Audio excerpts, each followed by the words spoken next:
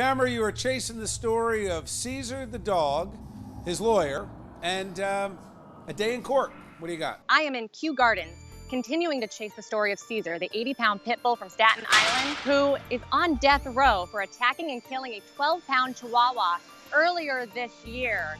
The case was in Manhattan Supreme Court on Monday. There's no ruling yet, but I have just learned that this is the first of possibly many lawsuits Caesar's involved with.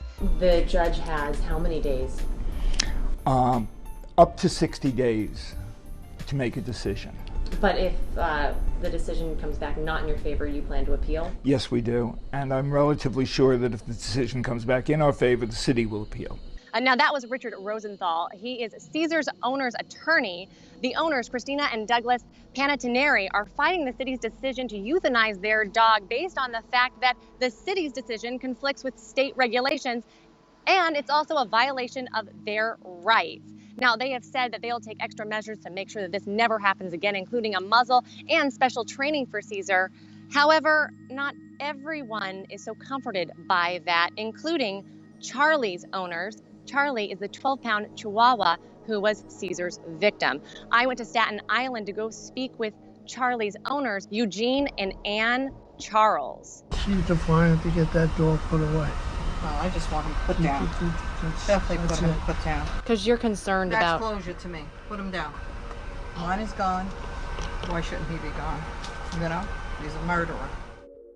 Now, Eugene took me to the scene of the crime. See, now right here is where I got attacked here. And with the fighting and everything, we wound up about with that manhole over there. That's where we wound up, and that's where Charlie wound up being all tore apart. And me wound up over there being dragged along the sidewalk of the street here. Now, the memory of the event is still fresh in his mind, as well as the feeling of loss.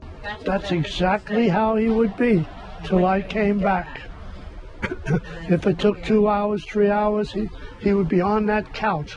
Now, Caesar has been in solitary confinement since the event in May.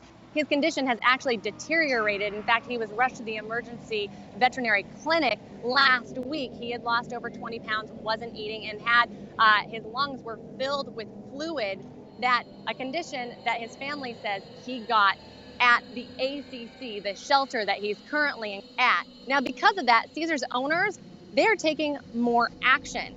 It is our intention to bring it as a class action on behalf of all dogs held under circumstances similar to Caesar's. It occurs to me that I get their point, Caesar's owners, but what I don't get is, at what point do you have any defense when the dog not only got out of their backyard, but attacked a person? It's more than the Chihuahua. There's the whole argument whether a dog attacks a dog or a dog attacks a human. That's a totally different case.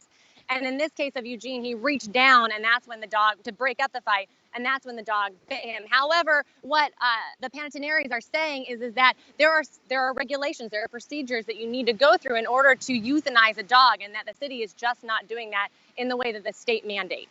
I'm a big defender of pit bulls. I think they get a bad rap because, oftentimes the pit bulls get misidentified. All that happens. None of that matters. This dog attacked a person, whether it's easy to blame the guy for getting his hand in there. It's ridiculous. This dog is dangerous. And if the solution is confinement and a muzzle, it's time to put the dog down.